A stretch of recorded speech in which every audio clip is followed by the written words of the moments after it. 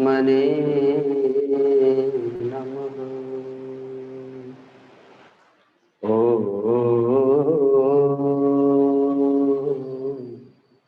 श्री गुरुवे नमः।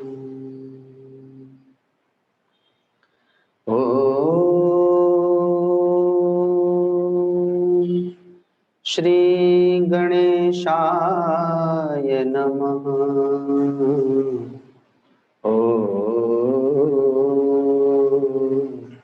नमो भगवते वासुदेवाय।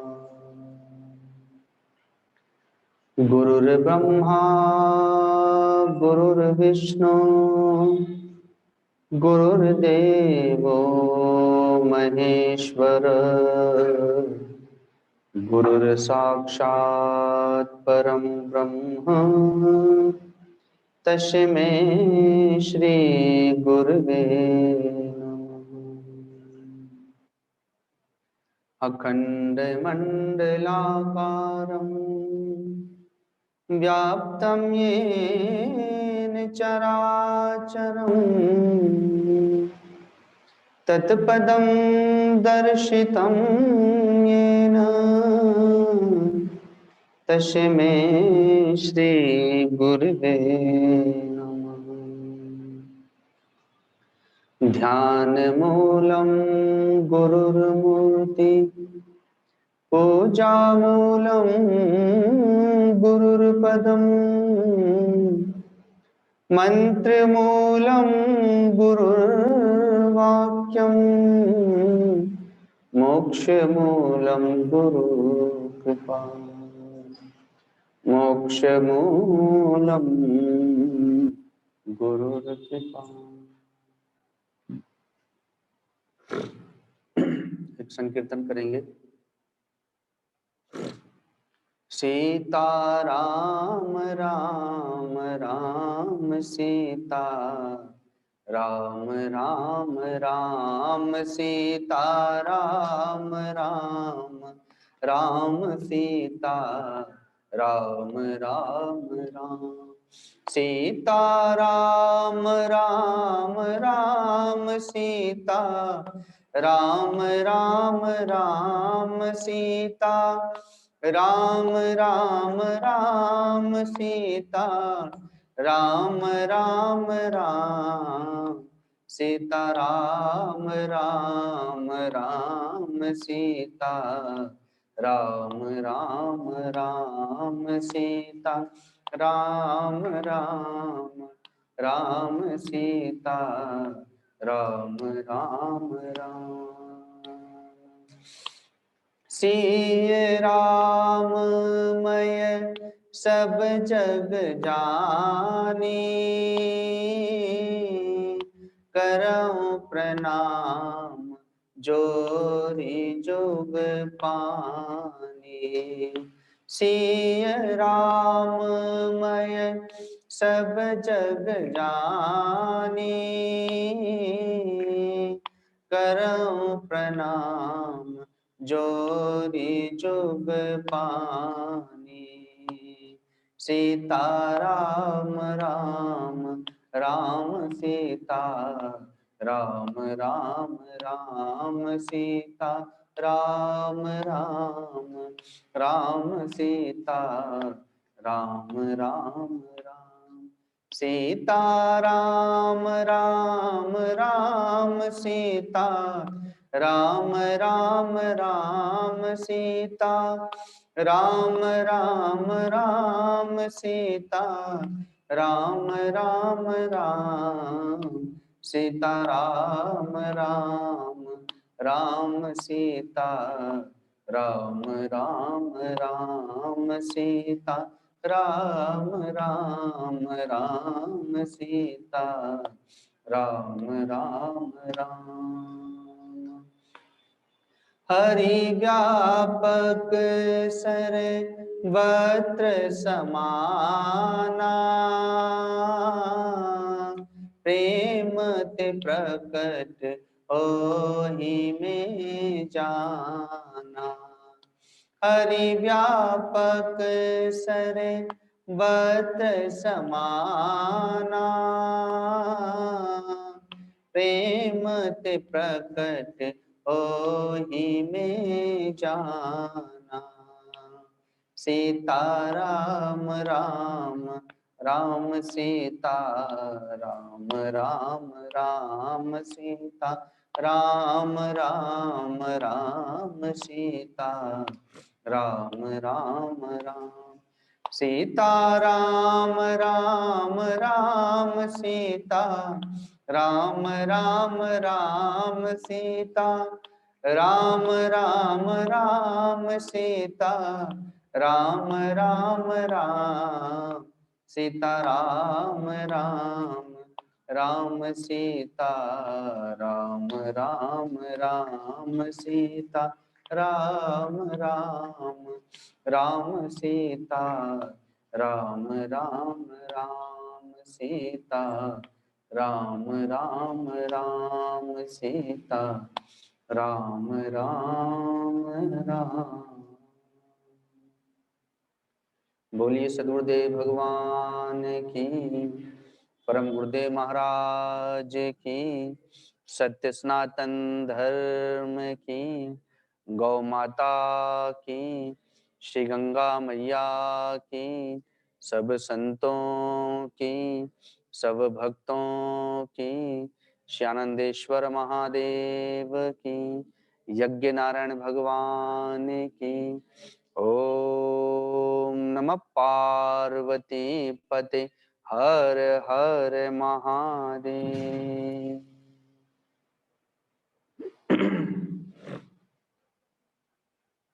बस इसको आगे करो।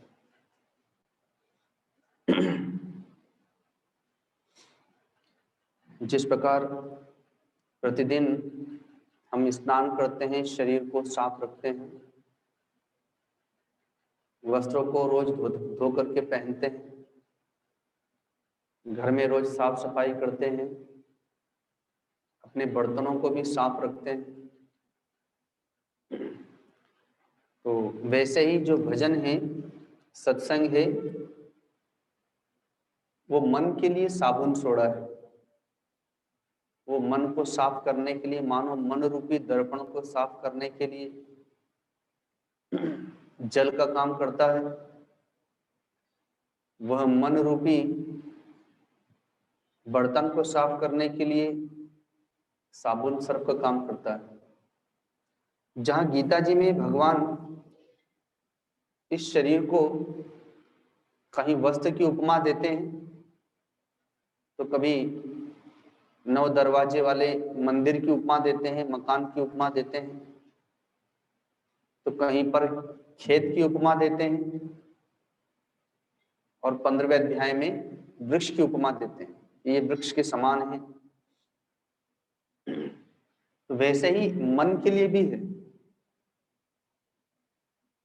मन को कहीं पर दर्पण की उपमा दी गई। श्री गुरु चरण सरोज रज निज मन मुकुर सुधार, तो वहां पर दर्पण की उपमा दी गई, मुकुट की कहीं उपमा दी गई, कहीं अन्य जगह पर अन्य उपमाएं दी गई, और कहीं पर चंचल मंदर को भी छल से पकड़ लिया करते हैं, लेकिन मन रूपी बंदर को वश करने में सभी जीव डरते हैं, तो कहीं पर चंचल बंदर की भी उपमा दी गई। तो कई प्रकार की उपमाएं शास्त्रों में दी गई। तो नित्य प्रति सत्संग से मन का मेल दूर होता है। जब भूख लगती है तो भोजन करते हैं तो पेट भरता है, शरीर तृप्त होता है, शरीर कार्य करने के लिए तैयार होता है। तो वैसे ही मन को सत्संग रूपी भोजन देना है। यदि सत्संग रूपी भोजन नहीं मिलता है तो फिर ये दुर्बल हो जाता है, कमजोर हो जाता है, फिर कार्य करने की क्षमता कम हो जाती है। इसीलिए भजन में, ध्यान में, जप में मन नहीं लगता, क्योंकि हमने मन को सत्संग रूपी भोजन नहीं दिया, मन को भजन रूपी भोजन नहीं दिया। तो इसलिए बैठेंगे जप करने, लेकिन मन और कहीं घूमता रहेगा, क्योंकि मन को हमने कल्पनाओं का भोजन दिया है, मन को हमने विषय का भोजन दिया है। मन को हमने गपशप का भोजन दिया है, मन को हमने सांसारिक और पारिवारिक चिंतन का भोजन दिया है, तो इसलिए वो चिंतन मनन भी उसी का करता है। जल्दी जप में तप में ध्यान में मन नहीं लगाता। इसीलिए बाबा जी ने कहा है कि प्रार्थना करने का मतलब है हृदय विनम्र बनाना और जैसे कठिन भूमि के सिर पर हल को पड़े चलाना। खेत में मिट्टी है, झाड़ियां भी हैं और उसमें पत्थर भी हैं। जो चतुर किसान है उस खेत को पहले उपजाऊ बनाता है, उसमें से पत्थर निकालता है, घास फूस झाड़ियों को निकाल लेता है, हल चला करके उसे मुलायम बनाता है और फिर उसके उपरांत उसमें बीज बोता है। समय समय पर जल देता है, खाद देता है, वो बीज अंकुरित होता है, फसल का रूप ले लेता है। वो जैसे जैसे फसल बढ़ने लगती है तो साथ साथ में घास फूस भी बड़ी होती है, पर किसान घबराता नहीं है, वह घास फूस को निकालता जाता है, जल और खाद देता जाता है, धीरे धीरे 1 बार 2 बार 3 बार समय समय पर घास को निकालता रहेगा। अब फसल बड़ी हो जाती है, तब अब घास की चिंता नहीं करता, अब वो फसल के पकने की प्रतीक्षा करता है। जितनी बड़ी फसल होना थी अब हो चुकी। और इतना ही नहीं, वो चारों ओर से बाड़ भी लगाता है, पशुओं से रक्षा करने के लिए, पक्षियों से रक्षा करने के लिए, रात में जागरण भी करता है उस फसल की रक्षा के लिए, कीटों से रक्षा करने के लिए वो खाद भी डालता है, कीटनाशक दवाइयां भी डालता है। इतना सब प्रयत्न करने के उपरांत उसे फसल प्राप्त होती है। जमीन वही है, लेकिन उसने अपना बीज बो करके और फसल को प्राप्त कर लिया। वैसे ही भगवान कहते हैं कि मानव का शरीर एक उत्तमाति उत्तम खेत है। पशु पक्षी कीट पतंगों का शरीर, देवी देवताओं का शरीर, ये सब भी खेत है, लेकिन मानव का शरीर एक ऐसा खेत है जिसमें बीज बोकर और उससे दिव्य फसल प्राप्त की जा सकती है। और जैसे जमीन की खेत किसी के पास में है तो उसमें पहले से झाड़ियां लगी हुई हैं, पहले से घास फूस लगी हुई है, पहले से उसमें पत्थर हैं, लेकिन किसान घबराता नहीं है, बल्कि पत्थरों को निकालता है, घास फूस को निकाल करके हल चला करके उसे अपने योग्य बनाता है। दूसरी बात, जिस खेत में घास ज्यादा होती है फसल भी उसी में अच्छी होगी, बंजर भूमि में फसल नहीं होती। जिसमें सुंदर घास फूस लगी हुई है पहले से, तो उसी खेत में ही वो बीज बो करके सुंदर फसल प्राप्त कर सकता है। तो मानव का शरीर ही एक ऐसा खेत है कि जिसमें वह सुंदर बीज बो करके फसल प्राप्त कर सकता है। लेकिन बीज क्या बोए, कहां से बोए? तो कहते हैं कि सदगुरु के पास जाएं बीज बोने के लिए, क्योंकि आपको पता नहीं, पूर्व जन्मों के संस्कार ही इसमें घास फूस और झाड़ियां बन करके प्रकट होते रहते हैं समय समय, सबके पास है। इसीलिए बाल्यावस्था से ही बाल बच्चों को सुंदर संस्कार देने के लिए पहले गुरुकुल की व्यवस्था होती थी, तो गुरुकुल में जाया करते थे, संतों के सदगुरु के पास जाया करते थे। तो प्रार्थना करने का मतलब है हृदय विनम्र बनाना, जैसे कठिन भूमि के सिर पर हल को पड़े चलाना। इस शरीर रूपी खेत को दिव्य बनाने के लिए, इसमें दिव्य बीज बोने के लिए मानो प्रार्थना ही हल का काम करता है। बीज बोने के पहले खेत को मुलायम करना होता है, बीज बोने के योग्य बनाना होता है, वह काम प्रार्थना करती है। तो विद्यालयों में भी देखा जाता है कि अध्ययन करने के पहले प्रार्थना कराई जाती है। ऐसे ही प्रत्येक कार्य करने के पहले प्रार्थना करना चाहिए। स्नान कर रहे हैं, प्रार्थना कर रहे हैं, पढ़ाई के पहले प्रार्थना कर लिया, कहीं व्यापार में खेती में नौकरी में, अपने कार्य पर जा रहे हैं तो पहले प्रार्थना कर लिया। तो प्रार्थना से हृदय विनम्र होता है, हृदय पवित्र होता है, और फिर उसके उपरांत उसमें बीज बोया जा सकता है। जप का, तप का, ध्यान का, सत्संग के माध्यम से बीज बोया जा सकता है। तो जैसे एक छोटा सा दृष्टांत है, चूंकि अमृत बाल ग्रुप पर बालकों के लिए, बालिकाओं के लिए आज के दिन सत्संग होता है। तो वर्तमान में ये देखने को आता है कि विद्यालय में कोई भी अध्यापक अपने स्टूडेंट को, अर्थात विद्यार्थियों को डांट फटकार नहीं सकते, उनकी पिटाई नहीं कर सकते। माता पिता ने कह रखा है तो इसलिए टीचर डरते हैं, अध्यापक डरते हैं। और माता पिता स्वयं बाल बच्चों पर अनुशासन करते नहीं, लाड़ प्यार करते हैं, अनुशासन नहीं करते।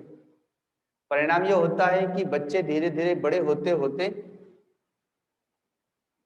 अनुशासन विहीन हो जाते हैं, क्योंकि वो सदा मन से ही चले, मनमाना किया है, इसलिए अब न तो वो अध्यापक के वश में होते हैं, न माता पिता के वश में होते हैं, न दादा दादी के वश में होते हैं। अब वो स्वतंत्र हो जाते हैं, स्वच्छंद हो जाते हैं, और फिर उनमें उद्दंडता आ जाती है। तो गिनती के कोई अपवाद परिवार में अनुशासन है, जिस कारण से वे बाल बच्चे अनुशासन में पले बड़े होने के कारण से अनुशासित होकर के निकलते हैं। तो एक छोटा सा दृष्टांत है। आचार्य द्रोण ने अश्वत्थामा के कहने पर, अश्वत्थामा ने कहा आचार्य द्रोण को कि मैं आपका पुत्र हूं, लेकिन फिर भी आप मुझे वो विद्या नहीं देते, अस्त्र विद्या, जो अर्जुन को देते हैं। तो क्या कारण है? क्या मैं आपको प्रिय नहीं हूं क्या? तो कहा कि तुम मुझे प्रिय हो, सबसे अधिक प्रिय हो, लेकिन तुम में वो योग्यता नहीं है जो अर्जुन में योग्यता है, और तुम में वो समर्पण नहीं है जो अर्जुन में समर्पण है। वो मेरे लिए कुछ भी कर सकता है, अपने प्राण भी दे सकता है, वह भगवान के समान समझता है गुरु को।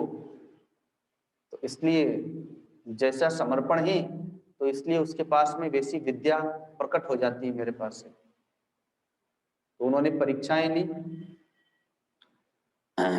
अश्वत्थामा ने कहा कि क्या प्रमाण है? तो कहा ठीक है, तो सब जानते ही। उन्होंने परीक्षा ली कि वे सबके सामने ही सुबह में सरोवर में स्नान करने के लिए गए। तो एक मगरमच्छ उन्होंने यंत्र से बनाया था, वो नकली था, यंत्रमय था। स्नान कर रहे थे, स्नान करके जैसे ही निकलने को हुए तो मगरमच्छ ने पांव पकड़ लिया, और द्रोणाचार्य जी आवाज लगाते हैं कि अरे दौड़ो दौड़ो, देखो मगरमच्छ ने पैर पकड़ लिया है, मेरी रक्षा करो। तो उस मगरमच्छ के भय से वहां जितने भी विद्यार्थी थे वो सब भयभीत होकर के चिल्लाए अवश्य, लेकिन वहां से भाग गए। और अर्जुन भी उनके साथ थे, वो भी वहां से भागे, लेकिन उनका भागना भय के कारण से नहीं था। वो भाग करके जाते हैं तुरंत कुटिया में, और वहां से अपने अस्त्र लेकर के आते हैं, धनुष बाण, और अपने अस्त्रों से उस मगरमच्छ को विदीर्ण कर दिया, जबकि वो नकली था, लेकिन देखने में असली लगता था। जैसे आजकल नकली यंत्र के माध्यम से देखने को मिलते ही बहुत सारे, कहीं सांप, कहीं छिपकली आदि, जो नकली हैं लेकिन असली से लगते हैं। तो सारे के सारे विद्यार्थी, यहां तक कि स्वयं अश्वत्थामा भी देख रहे हैं कि मेरे पिता काल के गाल में जा रहे हैं, पर कोई रक्षा करने नहीं आया, भयभीत हुए और चिल्लाते वहां से भाग गए। लेकिन अर्जुन जा करके और धनुष बाण लेकर के आए, और जितनी विद्या सीखी थी अपनी उस विद्या के कौशल से उन्होंने अपने गुरु की रक्षा की।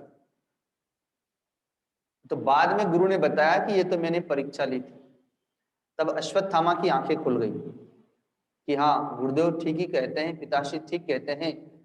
उस समय किसी का विवेक नहीं जागृत हुआ कि हम सब अस्त्र विद्या जानते हैं, हम बाहर खड़े होकर के और उस मगरमच्छ का वध कर सकते हैं। हम जल में प्रवेश करके गुरु की रक्षा नहीं कर सकते, लेकिन बाहर से तो रक्षा कर ही सकते हैं। लेकिन उस समय विवेक नहीं जागा।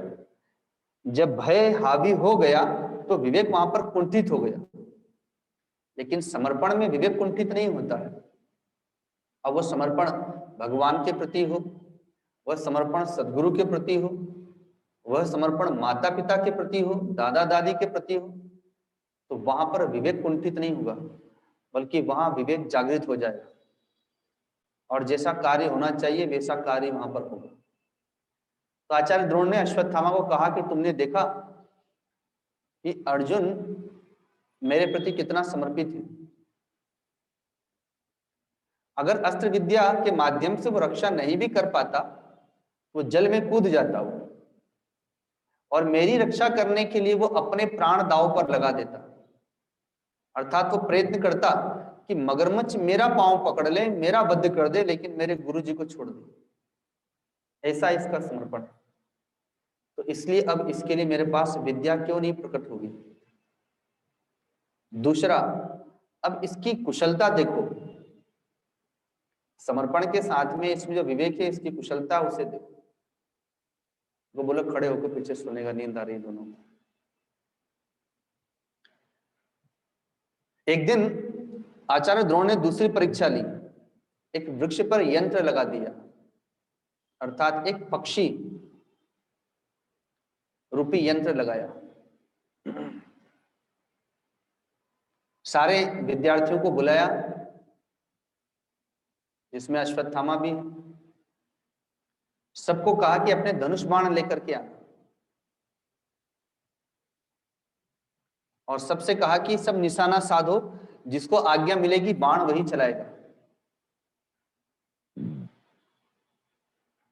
सब निशाना साधते हैं। वो वृक्ष पर मानो एक तोता बनाया यंत्र के माध्यम से, नकली पक्षी, चूंकि निशाना लगाना सिखाना है। सबने निशाना साधा। आचार्य द्रोण ने पूछा युधिष्ठिर से कि ने पहले दुर्योधन से कि दुर्योधन तुम्हें क्या दिखाई दे रहा है। दुर्योधन ने कहा गुरुदेव मुझे वृक्ष दिखाई दे रहा है, वृक्ष की डाल पर एक तोता बैठा हुआ है, ये दिखाई दे रहा है। कहा ठीक है। और भी अन्य विद्यार्थियों से पूछा, तो उन्होंने भी यही उत्तर दिया। युधिष्ठिर से पूछा कि राजकुमार युधिष्ठिर तुम्हें क्या दिखाई दे रहा है। युधिष्ठिर ने कहा कि मुझे एक टहनी दिखाई दे रही है, डाल के ऊपर एक टहनी है और उस टहनी पर एक तोता बैठा हुआ है, यह दिखाई दे रहा है। कहा कि ठीक है। अर्जुन तुम बताओ तुम्हें क्या दिखाई दे रहा है। अर्जुन ने कहा गुरुदेव मुझे तो केवल पक्षी की आंख दिखाई दे रही है। कहा कि ठीक है, अस्त्र संधान कर दो। जैसे ही बाण चलाया, वह बाण उस यंत्र में पक्षी की आंख में जाकर के लगता है और वह यंत्र नीचे गिर जाता है। तो आचार्य द्रोण ने कहा, सब विद्यार्थियों की परीक्षा ली गई थी वहां पर कि व्यक्ति को केवल अपना लक्ष्य दिखाई देना चाहिए। सबको अपने लक्ष्य के अतिरिक्त बहुत कुछ दिखाई दे रहा था, इसलिए बाण चलाने की आज्ञा नहीं दी। अर्जुन को केवल और केवल अपना लक्ष्य दिखाई दे रहा था, इसलिए मैंने इसे बाण चलाने की आज्ञा दी। तो विद्यार्थी जीवन में ये दो महत्वपूर्ण बात है कि वह अपने अभिभावक के प्रति कितना समर्पित है। महात्मा अर्जुन अपने समय में पूरे विश्व में सर्वश्रेष्ठ धनुर्धर है और उन्होंने अपने गुरु को प्रसन्न किया, अपने भाई को प्रसन्न किया, अपनी मां को प्रसन्न किया सेवा करके, इसीलिए भगवान उनके रथ पर बैठे। 18 अक्षौणी सेना में एक से एक रथी, महारथी, अतिरथी हैं, लेकिन भगवान अर्जुन के रथ पर बैठे, युधिष्ठिर के रथ पर नहीं बैठे, क्योंकि अर्जुन के पास में ऐसा समर्पण है कि जो भौतिक गुरु के प्रति इतना समर्पित है, तो यदि उन्हें आध्यात्मिक सद्गुरु की प्राप्ति हो जाएगी तो उनके प्रति कैसा समर्पण होगा। इसलिए भगवान उनके रथ पर बैठे। तो आज वर्तमान में देखने को मिलता है कि विद्यार्थी लक्ष्य विहीन है, उन्हें अपने लक्ष्य का ही पता नहीं कि हम किस लक्ष्य की ओर चल रहे हैं। तो फिर बाण कैसे चलाएंगे, अर्थात वो गमन कैसे करेंगे। तो पहले तो उन्हें अभिभावकों से, अर्थात अपने माता पिता से, अपने अध्यापकों से, अपने गुरु से लक्ष्य निर्धारित करना चाहिए। और जैसे महात्मा अर्जुन को केवल लक्ष्य दिखाई देता था, वैसे ही उन्हें लक्ष्य दिखाई देना चाहिए। बाल्यावस्था में जब हम लोग भी अध्ययन करते थे तो शिक्षकों ने कहा था कि पढ़ाई करते समय पढ़ाई पर इतना ध्यान हो कि भोजन छूट जाए। जैसे व्यापारी व्यापार का इतना ध्यान रखता है कि उसे खाने पीने का समय नहीं रहता। सर्विस करने वाले अपनी नौकरी पर इतना ध्यान देते हैं कि उन्हें भी खाने पीने सोने का समय छूट जाता है। और किसान तो देखने में आता ही है, कभी रात भर जगता है तो कभी दिन भर कार्य करता है। अभी कुछ दिन पहले यहाँ पर जब भंडारा था तो हलवाई आया था जो प्रतिवर्ष प्रति कार्यक्रम में आते ही, तो उसकी आंखें सूजी हुई थी। तो मैंने पूछा क्या बात है, तबीयत खराब है? तो कहता है कि महीने हो गए मुझे सोए हुए, ये हमारा सीजन चल रहा है, तो मेरी नींद ही पूरी नहीं हुई है, इस कारण से मेरी आंखें सूज गई। तो एक विद्यार्थी की आंखें नहीं सूज रही हैं तो इसका मतलब है कि उससे तो अच्छा वो हलवाई है कि कम से कम अपनी देख रहा है कि हमारा सीजन है तो मैं इसमें कमा लूं तो मेरे और मेरे परिवार बाल बच्चों की मैं परवरिश कर सकूंगा। जहां मोबाइल देख करके आंखों में चश्मा लग गया है विद्यार्थियों के, लेकिन पढ़ करके आंखें खराब नहीं की है। जो पढ़ना उनके कार्य में आता, उनके जीवन में काम आता, क्योंकि ये समय ऐसा है कि एक बार समय बीत गया तो दोबारा फिर ये नहीं आएगा। तो इसलिए लक्ष्य को पहले निर्धारित करना और उसके उपरांत केवल लक्ष्य ही दिखाई देना, क्योंकि महान बनने के लिए, सर्वश्रेष्ठ बनने के लिए, उच्च बनने के लिए बहुत त्याग करने की आवश्यकता पड़ती है। कोई भी व्यक्ति कोई सहज में किसी वस्तु को प्राप्त नहीं कर लेता है, उसको त्याग करना पड़ता है, सुख सुविधाओं का त्याग करना पड़ता है। विद्यार्थी पंच लक्षणों को ध्यान में रखना चाहिए कि विद्यार्थी के 5 लक्षण कौन कौन से हैं, जिसमें कि एक श्वान निद्रा भी आती है। बको ध्यानम, बक के समान वो सदा ध्यान में ही रहता है पढ़ाई के, और हल्का खाता है, कम सोता है, आदि आदि। तो प्रार्थना करने का मतलब है हृदय विनम्र बनाना। तो आज एक प्रार्थना पद के माध्यम से हम लोग देखेंगे, क्योंकि उससे, प्रार्थना से हृदय विनम्र होता है। और फिर उसके उपरांत उसमें बीज बोना कि विद्यार्थी को, बालकों को अपने जीवन में कौन कौन से बीज धारण करके रखना चाहिए, उन सब बातों पर विचार करेंगे। एक छोटा सा पद है गुरुदेव का, तो उसे साथ में दोहराएंगे, यही प्रार्थना है। जानिए जगदीश हमको जानिए, जानिए जगदीश हमको जानिए, कोमल चित कृपालु कहाते, कोमल चित कृपालु कहाते, कहना मोरी मानिए, कहना मोरी मानिए,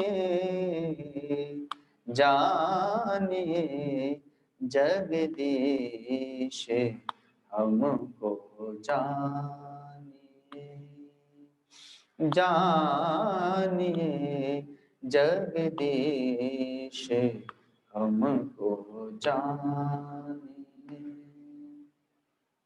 अंतर माझ विराजो सबके, अंतर माझ विराजो सबके, भव सागर से उधारिए,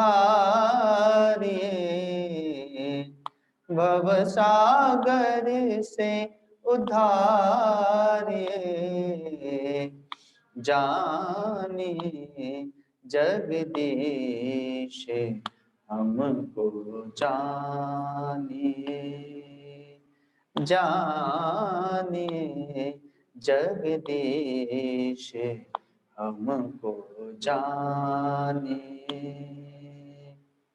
तुम हो एक अनाथ नाथ प्रभु, तुम हो एक अनाथ नाथ प्रभु, मन में मेल न धारिए, मन में मेल न धारिए, जानिए जगदीश हमको जानिए, जानिए जगदीश हमको जानिए। जुग जुग की यह प्रेम कहानी, जुग जुग की यह प्रेम कहानी, मधुर मिलन यह मानिए, मधुर मिलन यह मानिए, जानिए जगदीश हमको जानिए, जानिए जगदीश हमको जानिए। हम सब भगत कहत करे जोरे, हम सब भगत कहत कर जोरे, अब मत ताना मारिए, अब मत ताना मारिए, जानिए जगदीश हमको जानिए, जानिए जगदीश हमको जानिए, हमको जानिए, हमको जानिए। बोलिए सदगुरुदेव भगवान की। तो ऐसे कोई भी प्रार्थना प्रतिदिन अपने जीवन में करना चाहिए। कार्य प्रारंभ करने के पहले सुबह उठ करके स्नान किया और प्रार्थना की। और प्रत्येक विद्यार्थी को सुबह आसन प्राणायाम करना चाहिए, ऐसा उसे अपना टाइम टेबल बनाना चाहिए। और पीछे बताया भी सिखाया भी कि सुबह उठ करके सूर्य भगवान को जल देना, शिव जी पर जल देना, तुलसी जी पर जल देना, मंदिर में बैठ करके घर के मंदिर में भगवान की पूजा करना और कम से कम एक माला भगवान के नाम की जप करना और कोई भी प्रार्थना करना। जैसे ये पद के माध्यम से प्रार्थना कर लिया या और भी अन्य पद हैं, उन पद के माध्यम से या अपने भीतर से कोई प्रार्थना है, तो प्रार्थना करने से हृदय विनम्र होता है। तो देखा होगा आकाश में जब वर्षा होती है तो वर्षा का जल चाहे जहां भी गिरे, लेकिन वो जल ऊंचाई से नीचे की ओर ही जाता बह करके।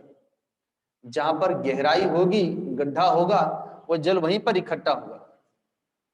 ऐसा नहीं कि जल नीचे से ऊपर की तरफ जाता, बल्कि ऊपर से नीचे की ओर आता है। प्रार्थना करने से हृदय विनम्र होता है, तो विद्या उस विनम्रता की ओर ही गमन करती है। कोई भी गुण विनम्रता की तरफ ही गमन करते हैं और विद्यार्थी का जीवन जो होता है वो गुण ग्रहण करने के लिए होता है। और वो गुण चाहे जो भी हो, सद्गुण सदाचार को ग्रहण करने के लिए होता है। क्योंकि वह एक कोमल पौधे के समान है। आगे चल करके जब वो वृक्ष बन जाएगा तब फिर उसमें बीज नहीं बोया जा सकता है, क्योंकि अब तो वृक्ष बन गया, अब तो उससे फल प्रकट होगा। तो एक तरफ कौरव हैं तो दूसरी तरफ पांडव हैं। 5 पांडव हैं लेकिन वो सदाचार की प्रतिमूर्ति हैं। सदगुरु को प्रसन्न किया अपने दिव्य आचरण विचार व्यवहार से, अपने कर्तव्य पालन से, अपने निष्ठा से। और वहीं पर 100 कौरव हैं जो 100 होकर के भी दुराचारी हैं, अशिष्ट हैं, उद्दंड हैं, माता पिता उनसे दुखी हैं, गुरुजन उनसे दुखी हैं, और भगवान भी गए समझाने के लिए तो भगवान को ही भला बुरा कहने लगे, भगवान को बंदी बनाने लगे। परिणाम क्या होता है? संपूर्ण परिवार नष्ट हो गया युद्ध में, काल के गाल में चले गए। कोई रोने वाला भी नहीं बचा परिवार में, नरक में चले गए सारे। तो हमारे लिए तो शास्त्र इतिहास भरे पड़े हैं। एक तरफ धुंधकारी है तो दूसरी तरफ गोकर्ण है, दोनों भाई, लेकिन दोनों भाई में आकाश पाताल का अंतर है। तो इसलिए हमें स्वयं देखना है कि हम कौन सा बीज बो रहे हैं। माता पिता को देखना है कि हम बाल बच्चों में कौन सा बीज बो रहे हैं। अपने से नहीं बो सकते हैं तो फिर सदगुरु के पास जाएं, संतों के पास जाएं, वहां से बीज वे लोग ग्रहण करें। सेवा का, सत्संग का, भजन का, कर्तव्य निष्ठा का, आदर मान सत्कार करना, बड़े बूढ़ों का, आदि आदि। तो ऐसा जब करेंगे तो फिर यह शरीर एक दिव्य फसल प्रदान करेगा। ये एक ऐसा खेत है कि इसमें आप बीज बो करके दिव्य फसल प्राप्त कर सकते हैं, दिव्य फल प्राप्त कर सकते हैं। यदि ध्यान नहीं दिया तो इससे नींद आलस्य प्रकट होगा, अर्थात तमोगुण प्रकट हो जाएगा। अगर इसे ढीला छोड़ देंगे, सजग नहीं रहेंगे, तो फिर इससे नींद आलस्य प्रकट हो जाएगा, जो हमारे समय की बर्बादी करने वाला होगा। और यदि बीज नहीं बोएंगे तो इससे अपने आप ही घास फूस झाड़ियां प्रकट होती रहेंगी, अर्थात रजोगुण प्रकट हो जाएगा। काम, क्रोध, लोभ, मोह, राग, द्वेष आदि वृत्तियां ये प्रकट होती रहेंगी। लेकिन यदि सजग हैं तो फिर इससे सात्विक वृत्तियां प्रकट होंगी। दया, करुणा, प्रेम, निष्ठा, समर्पण, अपने कर्तव्य पालन में सजगता, स्वधर्म के प्रति सजगता, अर्थात स्वधर्म का पालन करेंगे। जैसा कि भगवान श्री राम बाल्यावस्था से ही स्वधर्म का पालन करते हैं, माता पिता की सेवा करते हैं, उनसे आज्ञा लेकर के कार्य करते हैं। इस बार राम कथा ही होने जा रही है गुरु पूर्णिमा पर्व पर, जिसमें भगवान श्री राम का दिव्य आचार विचार व्यवहार है। वे मर्यादा पुरुषोत्तम कहलाते हैं। उनकी मर्यादा ऐसी है कि भगवती सीता से जब प्रथम भेंट होती है जनकपुर में पुष्प वाटिका में, लक्ष्मण जी के साथ में वे पुष्प तोड़ने के लिए गए हैं गुरु जी की पूजा के लिए। तो सीता जी से जब प्रथम भेंट होती है तो लक्ष्मण से कहते हैं कि सपने में भी कभी किसी पराई नारी का मैंने दर्शन नहीं किया और ना उसकी ओर मेरा मन आकर्षित हुआ है, लेकिन पता नहीं क्यों इस जनक नंदिनी जानकी को देख करके मेरे चित्त में, मेरे मन में क्षोभ हो गया, लेकिन मेरे दाएं अंग भी फड़क रहे हैं। ये शुभ के लक्षण है। अब विधाता जाने। और रघुकुल की तो ये रीति है, रघुवंश में यह नीति है कि पराय स्त्री से कभी भी किसी का मन क्षुब्ध नहीं हुआ। दरवाजे पर आया हुआ अतिथि कभी खाली नहीं लौटा। युद्ध के मैदान में कभी शत्रु ने जिसकी पीठ नहीं पाई, अर्थात कभी पीठ पर वार नहीं कर पाए वे लोग। रघुवंशी हमेशा सामने से युद्ध किए हैं और न ही कभी किसी पराई नारी के नेत्र बाणों से उनका चित्त क्षुब्ध हुआ। और मैं तो अपने मन की सहज स्थिति को जानता हूं। कि जिसने जागृत किया स्वप्न में भी किसी पराई नारी को नहीं देखा है। और इस बात को जाकर के वे अपने गुरुजी से कहते हैं, अर्थात विश्वामित्र जी को जाके बताते हैं कि गुरुदेव आज ऐसा हो गया, वन बगीचे में बाग में देवी सीता से भेंट हुई, उनका दर्शन हुआ और चित्त क्षुब्ध हो गया और दाएं अंग भी फड़क रहे हैं। तो वहां पर आया है कि सरल स्वभाव, भगवान श्री राम का इतना सरल स्वभाव है कि राम कहा सब कौशिक पाही और सरल स्वभाव छुअत छलना है, कि इतना सरल स्वभाव है कि अपने गुरुजी के पास जाकर के सारी बात बता दी, कुछ भी छिपा करके नहीं रखा। एक शिष्य को अपने गुरु के पास कैसे समर्पित होना चाहिए कि अपने हृदय की धड़कन को भी वो गुरु के पास समर्पित करे। तब विश्वामित्र जी ने समाधान किया उनका। यद्यपि भगवान तो अंतर्यामी है, लेकिन चूंकि शिष्य के पद पर हैं तो शिष्य की मर्यादा सिखा रहे हैं, क्योंकि वो भगवान श्री राम की शक्ति है, भगवती सीता जिनका उन्होंने दर्शन किया। और दूसरी तरफ सीता जी ने भी राम जी का दर्शन किया है, तो वे भी अपने हृदय से भगवान श्री राम का ही वर्ण करती हैं, उनके प्रति अपने मन को समर्पित कर देती। लेकिन दोनों की मर्यादाएं ऐसी हैं कि वो अपने को अपने पिता के अधीन समझती हैं कि पिता मुझे जिसे दे देंगे उसी के पास मुझे जाना है। लेकिन मन समर्पित कर दिया है भगवान श्री राम को, तो माँ पार्वती से प्रार्थना करती हैं, गणेश जी को मनाती हैं, अन्य देवी देवताओं को मनाती हैं, मन ही मन प्रार्थना करती हैं कि पिताजी अपने संकल्प को बदल दें। लेकिन आज के समय में लड़के और लड़कियों को माता पिता की जरूरत नहीं है, वो तो अपना रिश्ता स्वयं तय कर लेते हैं। तो भगवान श्री राम और देवी सीता की मर्यादा का तो पालन करते नहीं है, वे स्वतंत्र हो गए हैं, अपने आप को बुद्धिमान समझ लिया है, माता पिता को कम बुद्धि वाला समझ लिया है। इसलिए भगवान श्री राम मर्यादा पुरुषोत्तम, वे गुरुजनों के अनुसार चलते हैं, माता पिता के अनुसार चलते हैं और दूसरों को भी वही प्रेरणा देते हैं। तो इस बार गुरु पूर्णिमा पर राम कथा का ही आयोजन है। यद्यपि भगवान श्री राम की कथा का तो बड़ा विस्तार है, हरि अनंत हरि कथा अनंता, 9 दिन में राम कथा होती है और वो भी 2 समय करेंगे तब जाकर के कुछ कथा हो पाएगी। लेकिन इस बार 7 दिन की ही कथा है, प्रतिवर्ष की भांति इस वर्ष भी 7 दिन की कथा है, तो 7 दिन में तो कथा पूरी हो नहीं पाएगी राम जी की कथा, और उसमें भी शायद इस बार एक ही समय कथा करने का विचार है। तो इसलिए मुख्य विषय को ही रखा जाएगा, पूरी कथा नहीं हो पाएगी, मुख्य विषय को ही रखेंगे। भगवान श्री राम के दिव्य आदर्शों को बताया जाएगा और भी अन्य जो भी उनके दिव्य चरित्र हैं उनको प्रकाशित किया जाएगा। तो 6 जुलाई से 12 जुलाई तक भगवान श्री राम की कथा को हम लोग सुनेंगे और 13 जुलाई को गुरु पूर्णिमा का पर्व है। जो लोग जूम पर जुड़े हुए भक्तगण हैं, जो 6 जुलाई से लेकर के 13 जुलाई तक आयोजन में आश्रम पर नहीं आ पाएंगे, तो वे लोग जूम पर ऑनलाइन ही सत्संग सुनेंगे।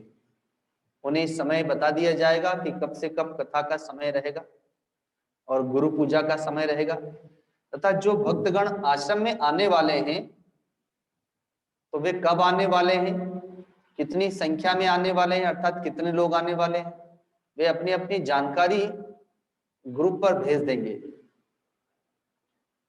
ताकि उन लोगों की यहाँ पर व्यवस्था की जा सके कि कितने लोग हैं, कहाँ से हैं और किस तारीख को आ रहे हैं। अभी पिछले योग शिविर में हम लोगों ने देखा, इस बार 3 दिवसीय योग शिविर था। तो प्रथम दिन मैंने किया था, 2 दिन सूरज से योग शिविर कराया था।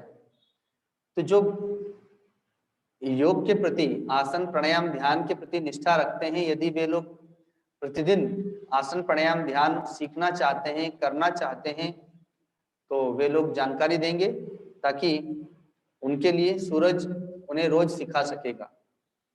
दूसरा, संगीत की शिक्षा जिन्हें प्राप्त करना हो, कोई भजन गाना चाहता हो, कोई हारमोनियम सीखना चाहता हो, और भी जो अन्य वाद्य हैं उन्हें सीखना चाहता हो, तो वे लोग भी संपर्क करेंगे।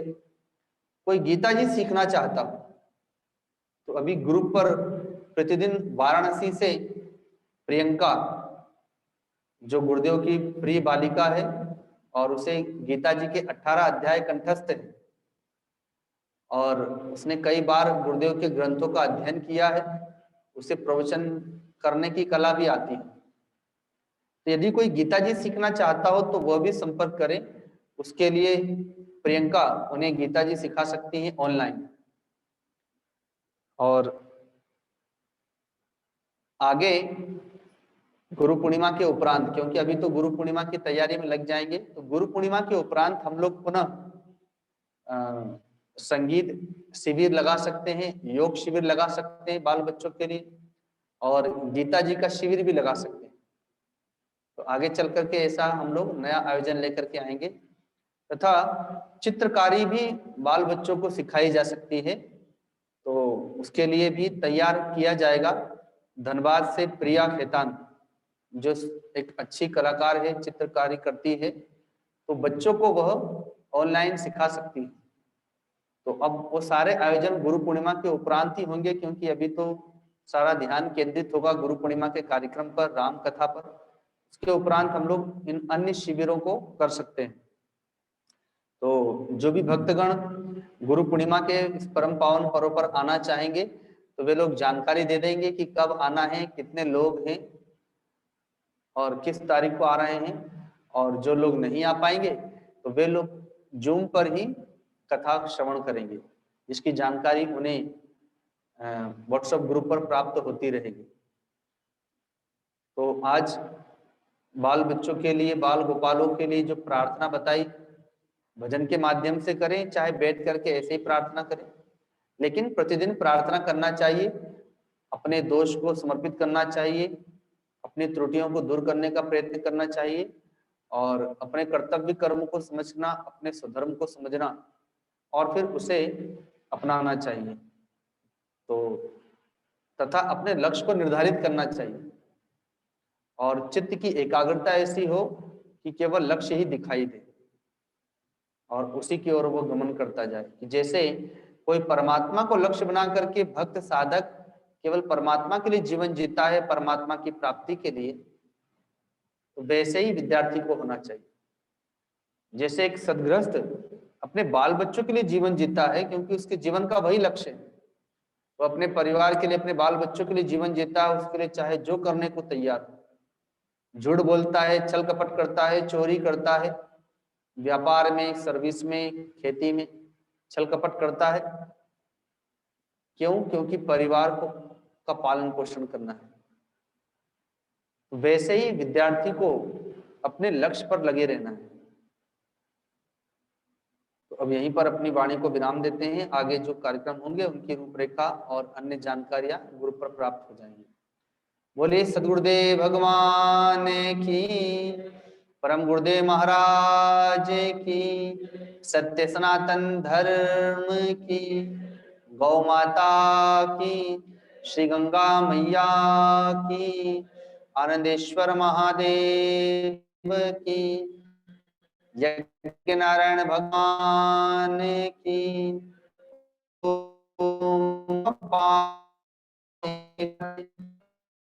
हर महादेव।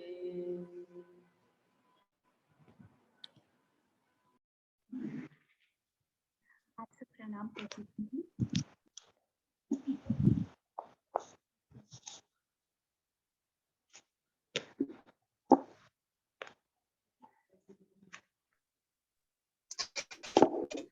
प्रणाम गुरुदेव। प्रणाम गुरुजी। हरिओम गुरुदेव। प्रणाम गुरुदेव।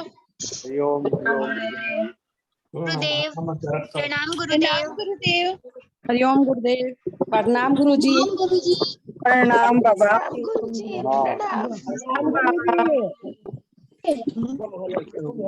प्रणाम गुरुजी।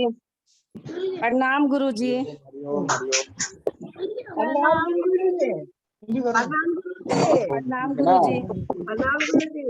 प्रणाम गुरुजी। प्रणाम गुरुजी।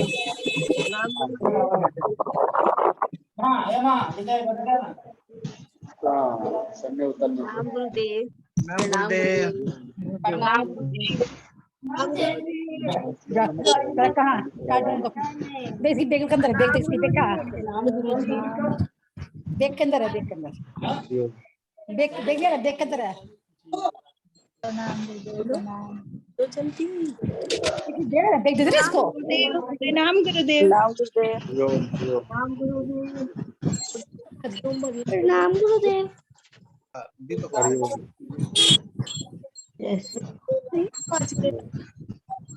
प्रणाम बाबा जी। इसके अंदर है। प्रणाम गुरुजी।